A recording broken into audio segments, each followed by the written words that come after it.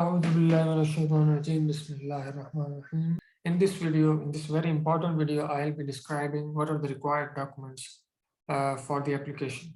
I have found this after my submission of documents that some of my documents were missing.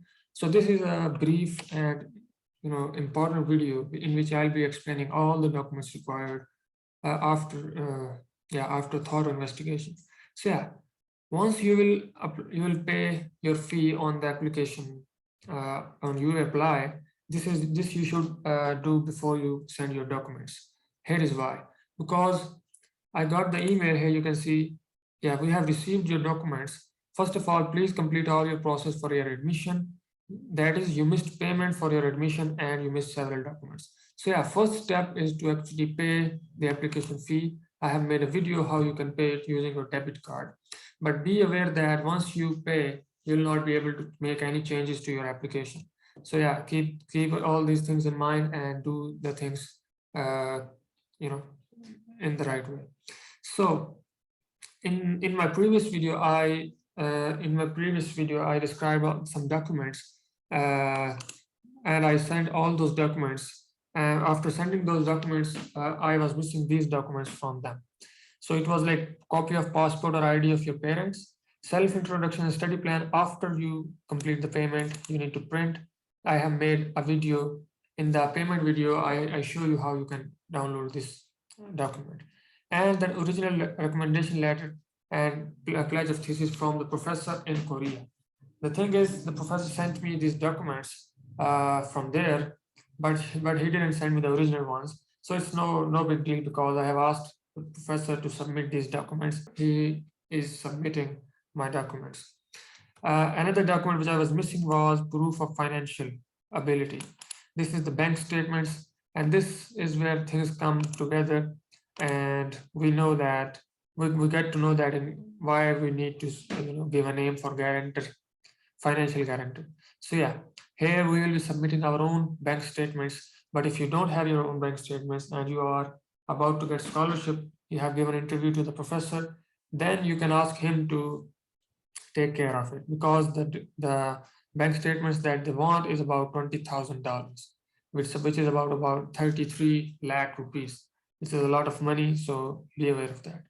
So yeah, let's look into, guys, the documents required. So the first document required is the application print, which you will get here by clicking this link, application print. You will get this document, which is the application print. It is one page.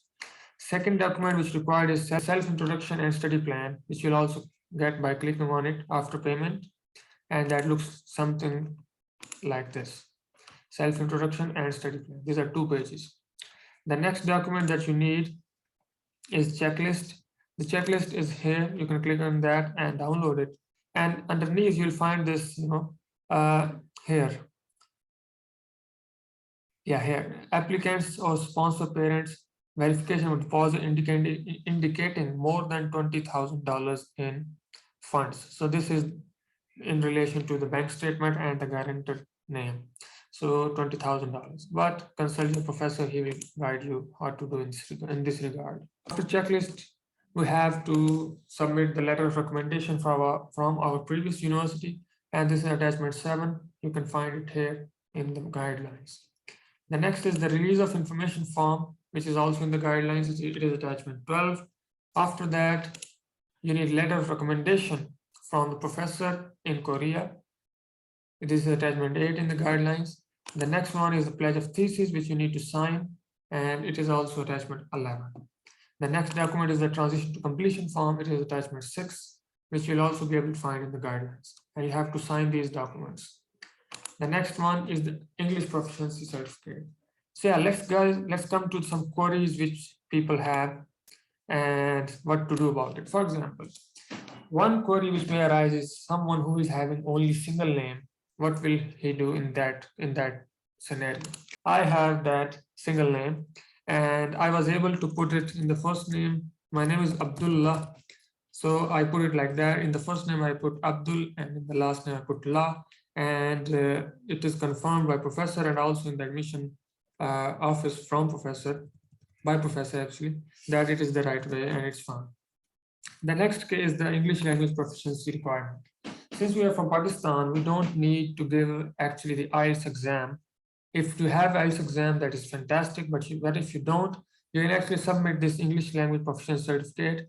And as you guys can see, I've submitted it, and the missing documents that they have asked, it doesn't require any English language proficiency certificate for me to be resubmitted. So that means that this proficiency certificate or any test certificate will work in this regard. So the original bank statement and guarantor name, we guys got to know that in the checklist, the deposited amount should be $20,000. It should be your someone in your relationship, like your someone you have a relationship with, like a father or some sponsor. And since this amount is so big and we are applying for scholarship, we can consult our professor and he will also be able to guide us in this regard. The next query which may arise is we also have to send photocopy of parents' ID. It's important.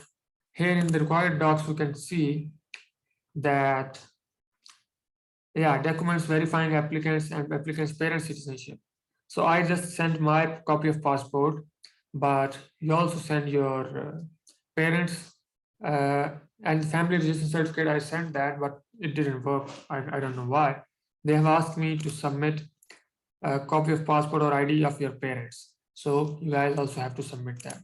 So yeah, this is a brief video in which I have described what are the documents required and what are the steps. So just quickly, I'll go through once more, go through that.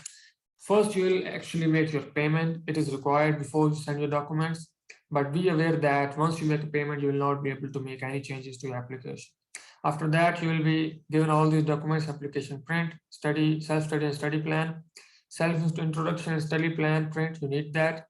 And yeah, these two documents, these are important. The application form is 1 page.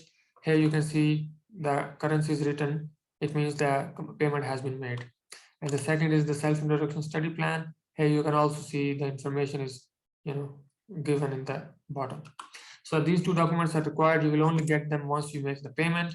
And after that, you have to submit all these documents. Graduation degree and transcript, original attested, that's a given. That's a given. So you have to submit all these documents.